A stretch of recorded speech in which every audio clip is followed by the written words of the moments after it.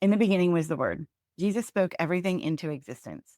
We know that when we've been traumatized, the words spoken over us are curses. Those curses often replay in our heads like a horrific record. Today, we're breaking chains and speaking life.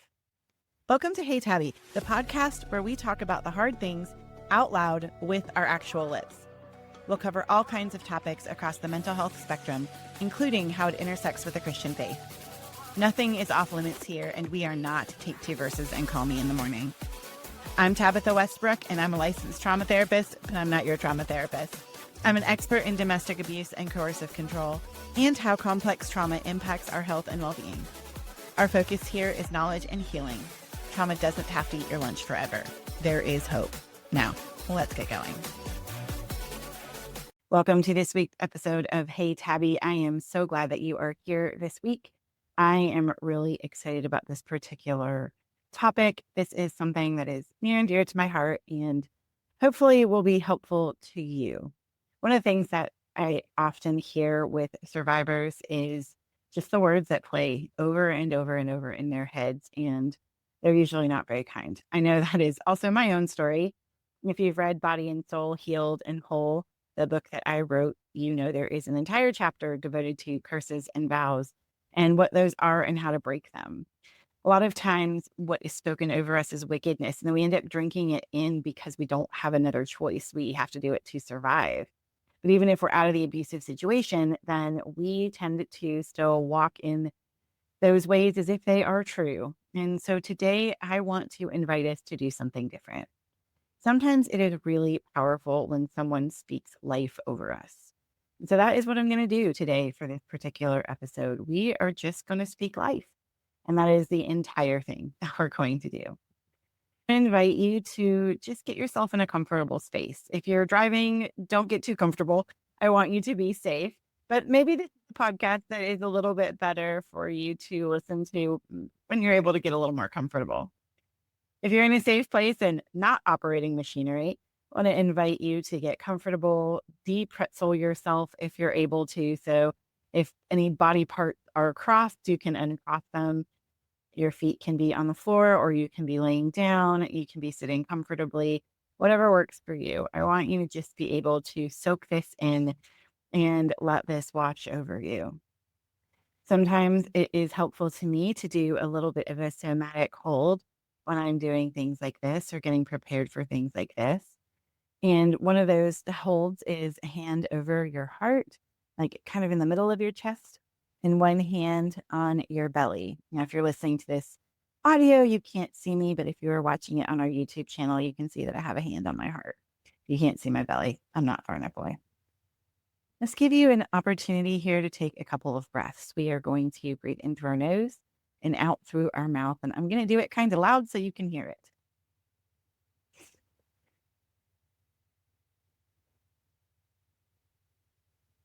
Another one.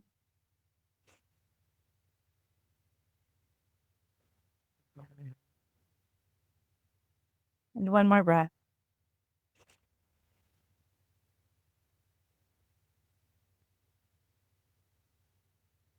Now, as we go into this practice and into the listening, just know that this is a peaceful place. If it helps you to imagine a peaceful place, a place of your choosing, it can be anywhere, real or imagined, and that is something that you are more than welcome to do as well. These are written with both our trauma, but also our faith in mind. Some are scriptural, some are just truth. And you can take what you need and leave the rest. These you'll notice will go in themes. And we are going to start with spiritual abuse. First of all, God never aligned with an abusive structure, system, or person. God is not a God of oppression, and he was not okay with what happens to you. Spiritual abuse, whether it is through a system or an individual, is something that distorts the voice of God. And that is definitely not God. Spiritual abuse, as I define it, is taking someone's good and right devotion to God and weaponizing it against them. And we are going to break those curses and vows. Now, God's voice doesn't shame me. In fact, he speaks peace over me. I'm allowed to ask questions. God welcomes my doubt, my confusion, just like he did with Job, just like he did with David, just like he did with countless other people in scripture. Being obedient to God never means being obedient to abuse. We are never asked to bow to tyranny. Spiritual leaders are not God. They are human. Even really charismatic ones. They're not God. Only God is God. And humans, we can be wrong. And if they're wrong, I can walk away. I know that some of the fruit of the Spirit is love, joy, and peace, and gentleness, and goodness, and kindness. The fruit of the Spirit is not fear or coercion. I belong to a God who sees and he knows and he rescues. Even if I can't see the rescue right now, he's still doing those things. Just like with Easter Sunday is coming. God is a refuge. He's not a trap. Oftentimes, abusive individuals speak over us, all kinds of things about our identity, and usually none of them are true. And I'm going to speak over some different alternatives for you. I'm not what happened to me. I am a child of a living God. I'm not any mistakes I've made in these processes, not any mistakes I've made or behaviors due to trauma. All those things are forgiven. And some of them might even be understandable based on the things I've been through. And God sees things that way. He doesn't see me with displeasure. My voice and thoughts matter to the Lord. He deeply cares. He actually calls me poetry in Ephesians. He says we are his workmanship. We are his art piece, even if we don't feel very arty in the moment. I'm made in the image and likeness of God, and absolutely nobody can tell me differently on that. And that means that I have dignity, worth, and value. It means that my opinions, my thoughts, my feelings all matter. I'm worthy of love because God says I'm worthy of love. I don't have to do anything to secure my value or to be lovable. And that would be works. And we know that God saves us by grace, not through works. God is near to the brokenhearted and he saves the crushed in spirit. God also desires that we have boundaries. We do not have to just take whatever.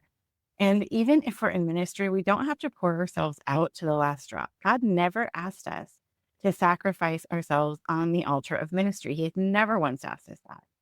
In fact, he created the Sabbath for us. Sabbath is made for man, not man for the Sabbath. And that is because he knows that we need rest. And so our no is a complete sentence. I can say no to anything at any time if I need to. My body is mine. My no is sacred. My yes was not at the altar. My yes was not when I volunteered for church. My yes was not when I became a staff member. I don't have to earn safety. God calls himself a refuge again because he knows we need safety. He knows what we're made of. He is my refuge and strength and my help in times of trouble. I look to the hills. Where does my help come from? It comes from you, the maker of heaven and earth. And that's not just true for other people. That is true for you. It might not feel true all the time, especially when things are very, very hard. But it is sometimes things don't feel true that are still true. Boundaries are not rebellion. Jesus had boundaries. Jesus went away to rest at times.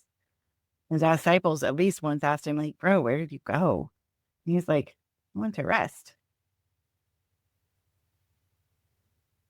He went and had a boundary. Not every disciple went with him everywhere either. He chose who he went with. That means that we don't have to say yes to going anywhere anyone asks us. We can actually use discernment. Also, healing is possible.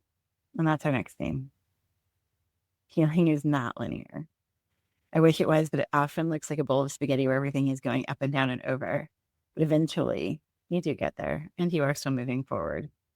The journey of 1,000 miles begins with a single step. What was stolen from me, God could restore. And it may not be restored perfectly or exactly the way that we want it, but He does bring beauty from ashes. He does bring healing and hope in those ways.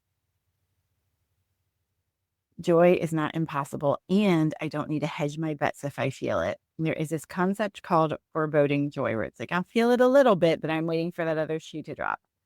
That is part of the abuse structure that we felt when we were in those places and being abused and tortured, essentially. We didn't think that joy was sustainable. We didn't think that joy was just enough alone, that something else was going to happen. And look, I will level with you. Life is lifey. It gets really hard, but we can't just hedge our bets and hold it gently. We can fully feel joy, even if something hard happens afterward. I might feel broken, but I am being made whole. The scripture says that we are being changed day by day to be like Jesus, and He is whole, and we are being moved toward Him every single day. Again, it may not feel like it. It may feel so hard and so difficult, and you're like, oh my gosh, I'm listening to you say this, and none of this feels true. And I hear you. I hear you. But these things are true. Nonetheless, they are true.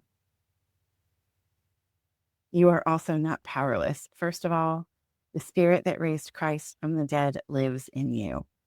That is some serious power, because the last time I checked, getting up from the dead is a little something. So that's pretty intense. And that power lives in you. You also have survived all the things that have happened right now. To the best of my knowledge, I don't have any apparitions or ghosts that listen to this podcast. If you are one, feel free to send me a note, because that would be interesting, but I don't think you are. And you've made it this far. And I know that it hasn't been easy. In fact, it's been a road filled with potholes and valleys and blood, sweat, and tears in a million different ways, but you are still here. You have not crumbled. You may feel fragile, but you aren't actually fragile. You can walk with dignity no matter what happened or is happening to you. You still can walk with dignity because you're a person made in the image and likeness of Christ. And never forget that God fights for you. I know that, again, some days it may not feel that way at all, but it is true nonetheless. Also, you're not crazy. I know that sometimes if you're in difficult situations, you can feel pretty crazy, but you're not crazy. You're actually probably pretty sane, or at least as sane as the rest of us. And you are loved. You're so loved. You're not invisible to God. He knows the hairs on your head. He is not rock concert Jesus, who's just looking out through this crowd of people going, yeah, thank you, good night, and doesn't know you from a hill of tacos. He knows you. And He knows everything about you, and He loves you, and He likes you. I know a lot of us can be like, oh yeah, He loves me. He's God. He has to do that. But we don't think He likes us. And He does. He likes us. Jesus always stood with the hurting. He never chastised someone who was struggling. And we also know that the Lord is our shepherd and we shall lack nothing. I know some of you are out there thinking, I am lacking a lot. And I can't explain the truth of it and when you're struggling in other areas, but I can promise you that it is truth. And He is with you. You belong to Him. And you've been sealed for the day of redemption. No one can take that seal away from you. I know that for some listening to this, even some of these words have been really difficult to reconcile, to feel, to I don't even know what you're going to do with, right? Because the word of God and the concept of God has been just so stinking distorted. And I really, really hate that. I hate that so much for you. And I hate that that's been your story. And I hate that that's been your experience. But I want to take a moment now to just read something over you that I wrote. I wrote it while I was talking with a survivor, and I wrote it for this individual, but it is true for all of us. So I am actually going to read it here as well. The name of this poem is I Didn't Ask. None of us asked to bear the label victim. It was thrust upon us by someone who chose to use us, to torture us, to consume us. None of us asked to bear the label survivor. It was wrapped around us as we fled for our lives, trying to breathe as we bled, trying to find which way is up, trying to find the girl we lost. And this can also be the guy we lost. I am taking the label overcomer. I chose this one. I am rising from the ashes in beauty and strength. An entirely new girl, far more lovely than I dared ever think. I hope that you let those words just kind of marinate over you. Whether you're male or female, I know that it was a little bit gendered, but I am a girl and I was talking with a female survivor. But those words are for you. You don't have to stay as either a victim or a survivor. You can be an overcomer. I know that in this moment, those words may feel so incredibly untrue, but they are incredibly very true. And I promise you that as someone who stands on the other side of some really hard stuff herself, I can attest to the fact that things are definitely possible that you never even dreamed. A million things in my life that when I look back, I'd never be here. But here I am. And I mean by here, I just like straight up mean alive, honestly, because there are times I did not think that was going to occur, and it did. And I really want to just be an encouragement. If it's helpful to you, if this podcast has been worth anything for you, I would encourage you to save this one and just listen to it when you need to. Listen to the words and to the truth that are in it and give yourself some goodness. In fact, I would encourage you, this is going to be a podcast with homework. I know some of you just heard the word homework and passed out, but it's not like that. We're not grading it. You've already got an A. It's fine. But I want you to write some of your own. Like I wrote these are great. And hopefully they resonated at least in some level. Some of them resonated. But if they didn't, or if you're like, I need more, I need some more that are applying to my situation, then I would really encourage you to write your own. Get yourself a little notebook or even a spiral bound index card set. You can get those just about any office supply store or probably some sort of online purveyor. And write these things down that you need to remember and look at them often. I know that seems a little bit cheesy. And every time I tell a client to do something like this, they're like rolling their eyes and telling me like, oh my gosh, okay. But then they do it and it's actually really helpful for them. In fact, I often will get an email or a text saying, oh, you're right. I can't believe it. It seems so cheesy and ridiculous. And I did it. And it was really, really helpful. And so I really just want to encourage you to go and be a little cheesy and write down the things that you need to remember. It is so easy to slide into that negative space, especially when we are so used to it. We're so used to not thinking nicely about ourselves. We're so used to thinking negative and hard things. But we need to look more at the real truth of things versus always looking at the negative. And I really want to say thank you so much for joining me on today's episode of Hey Tabby. I really hope that it has been a helpful one. Would love to hear from you. So drop me some information down in the comments or shoot me an email or follow me on Instagram at Tabitha the Counselor. If you haven't already picked it up, I encourage you to pick up Body and Soul, Healed and Whole, an invitational guide to healthy sexuality after trauma, abuse, and coercive control. Link is in the show notes, and you can get it at any bookseller, anywhere, wherever you buy your book, you can get this book. I look forward to seeing you guys here again on our next episode of Hey Tabby. Thanks for joining me for today's episode of Hey Tabby. If you're looking for a resource that I mentioned in the show and you want to check out the show notes, head on over to tabithawestbrook.com/Hey Tabby. That's HEYTABI, and you can grab it there. I look forward to seeing you next time.